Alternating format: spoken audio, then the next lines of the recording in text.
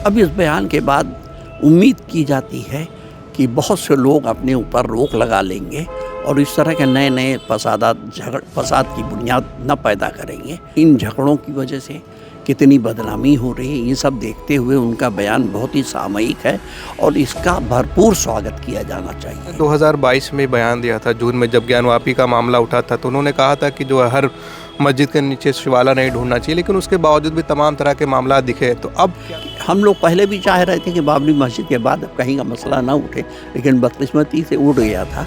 लेकिन अब उम्मीद हो चली है। हमारे लिए हिंदू धर्म के जितने देवी देवता हमारे लिए आदरणीय है, पूजनीय तो नहीं है। हो सकता है बहुत से लोग होंगे जो इसी महान तरह ख्याति प्राप्त करने की कोशिश करते हैं, उन्हें ये बयान पसंद ना आवे, लेकिन हम लोगों को तो पसंद है, मुसलमानों को ख़ास तौर से बहुत ज़्यादा पसंद है। तो मुझे उम्मीद है कि मामला शांत रहेंगे और मुल्क हमारा तरक्की करेगा, 5 ट्रिलियन इकॉनमी की तरफ बढ़ेगा और मुल्क में सौहार्द की हवा चलेगी।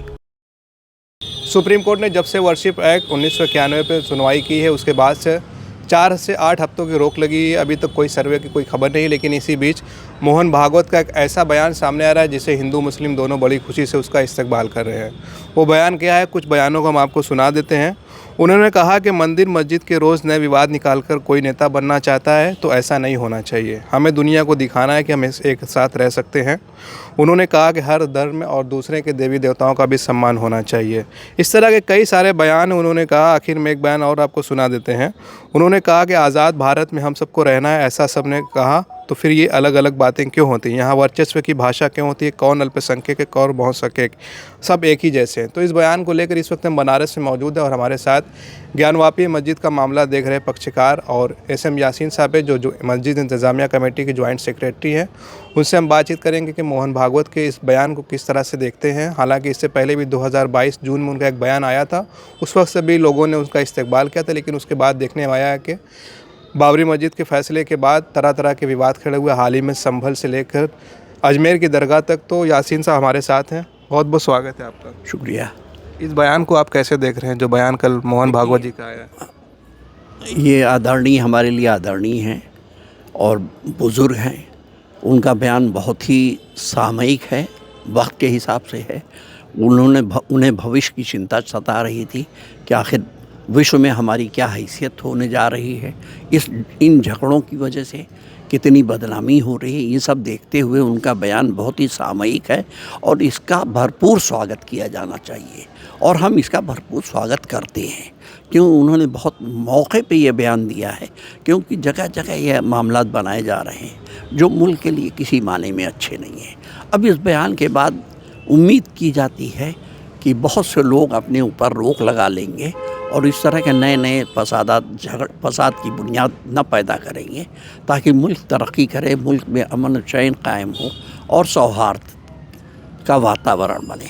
ज्ञानवापी का मामला आप लोग देख रहे हैं, मामला बहुत आगे बढ़ गया। देश की तमाम मस्जिदें हैं, शाही मथुरा की ईदगाह है, संभल का वाक़या आया, तो लगता है कि जो सुप्रीम कोर्ट एक तरफ सुनवाई कर रही है, मामला अब जाकर थमेगा? देखिए, अभी तो 17 फरवरी का टिल फर्दर ऑर्डर उन्होंने एक तरीके से रोक लगा दी है। कोई नया सर्वे नहीं होगा, कोई नए मुकदमे नहीं कायम होंगे और किसी पुराने मुकदमे में कोई इंतरिम आदेश नहीं पारित हुआ। अभी तक ऐसा देखने में आ रहा, कहीं पे ऐसा नहीं हो रहा, क्योंकि अभी कुछ लोगों ने ज्ञानवापी के सारे मुकदमों को यकजा करने के लिए यहाँ नए सिरे से सर्वे कराने के लिए इलाहाबाद में भी एप्लीकेशन डाली थी, लेकिन माननीय जज साहब ने उसको 24 फरवरी तक के लिए स्थगित कर दिया है। इसी तरह हमने देखा यहाँ जौनपुर में अटाला मस्जिद वाले मामले में भी अमीन सर्वे का मामला, वो भी फरवरी तक के लिए टाल दिया गया है। अजमेर वाला अभी कायम नहीं हुआ था, कोशिश थी। संभल में भी कोई सर्वे के आर्डर पर रोक लगी हुई है। इस तरह माननीय सर्वोच्च न्यायालय ने एक बहुत समय से बहुत अच्छा कदम उठाया कि उन्होंने सही व्याख्या की तरफ आगे बढ़ रहे हैं। जो पिछले साल भर पहले जो निर्णय लिए गए थे, वो जिसकी वजह से ये सारे मामला उठ खड़े हुए थे, उस पर एक तरीके से रोक लग गई है। हालांकि उन्होंने 2022 में बयान दिया था जून में, जब ज्ञानवापी का मामला उठा था, तो उन्होंने कहा था कि जो हर मस्जिद के नीचे शिवाला नहीं ढूंढना चाहिए, लेकिन उसके बावजूद भी तमाम तरह के मामला दिखे, तो अब क्या लग रहा है समाज में बहुत से लोग हैं जो इस तरह की बातें जिससे उन्हें वाकई हिंदू हृदय सम्राट बनने की ललक रहती है, तो ये भी इसकी तरफ भी इन्होंने इशारा किया तो है कि मतलब हिंदू नेता बनने की कोशिश न करें। उम्मीद है कि लोग अपने ऊपर काबू रखेंगे। हो सकता है बहुत से लोग होंगे जो जिनकी मतलब इसी महान तरह ख्याति प्राप्त करने की कोशिश करते हैं, उन्हें ये बयान पसंद ना आवे, लेकिन हम लोगों को तो पसंद है, मुसलमानों को ख़ास तौर से बहुत ज़्यादा पसंद है। कि हम लोग पहले भी चाह रहे थे कि बाबरी मस्जिद के बाद अब कहीं का मसला ना उठे, लेकिन बदकिस्मती से उठ गया था। लेकिन अब उम्मीद हो चली है और उम्मीद पे दुनिया कायम है। देर आए दुरुस्त आए, बहुत अच्छा है, बहुत अच्छा बयान है और इसका हम स्वागत करते हैं। बनारस के मुसलमानों ने जब ये बयान सुना तो क्या उनका इस्तकबाल रहा? नहीं, सबने खुशी का इजहार किया कि बहुत अच्छा बयान दिया है उन्होंने। अब दूसरी बात यह है, उन्होंने एक बात जो कही कि देवी देवता, तो हमारे लिए हिंदू धर्म के जितने देवी देवता हमारे लिए आदरणीय हैं, पूजनीय तो नहीं है।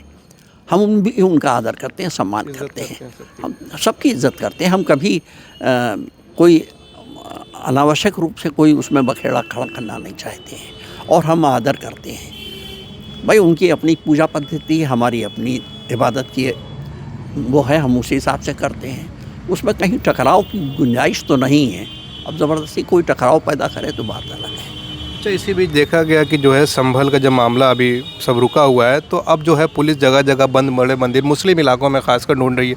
बनारस के पुलिस नहीं ढूंढ रही, पुलिस नहीं ढूंढ रही है। पुलिस का काम ये नहीं है ढूंढना, दूसरे लोग कर रहे हैं, तो वो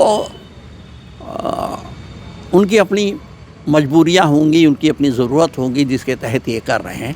वो कोई समाज सेवा थोड़ी कर रहे हैं। एक ज़माने से मान लीजिए कहीं भी 60-70 साल से है तो 60-70 साल पहले कहाँ थे लोग? ये तो कोई बात नहीं हुई है। अभी भी मतलब समाज में हर तरह के लोग होते हैं, तो ऐसे लोग भी हैं जो इस तरह का काम कर रहे हैं।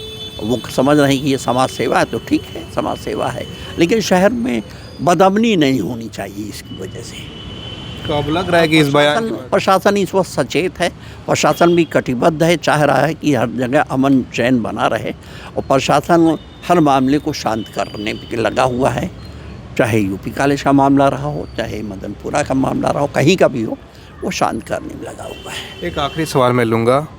बहुत सारे जो नेता हैं इस बयान के बाद सबकी अलग अलग प्रतिक्रियाएँ हैं। कुछ लोगों का ये भी कहना है कि मोहन भागवत जी ने बहुत अच्छा बयान दिया है, तो उनको अपने जो पार्टी के नेता हैं, भाजपा के नेता हैं, उनको रोकना चाहिए पहले।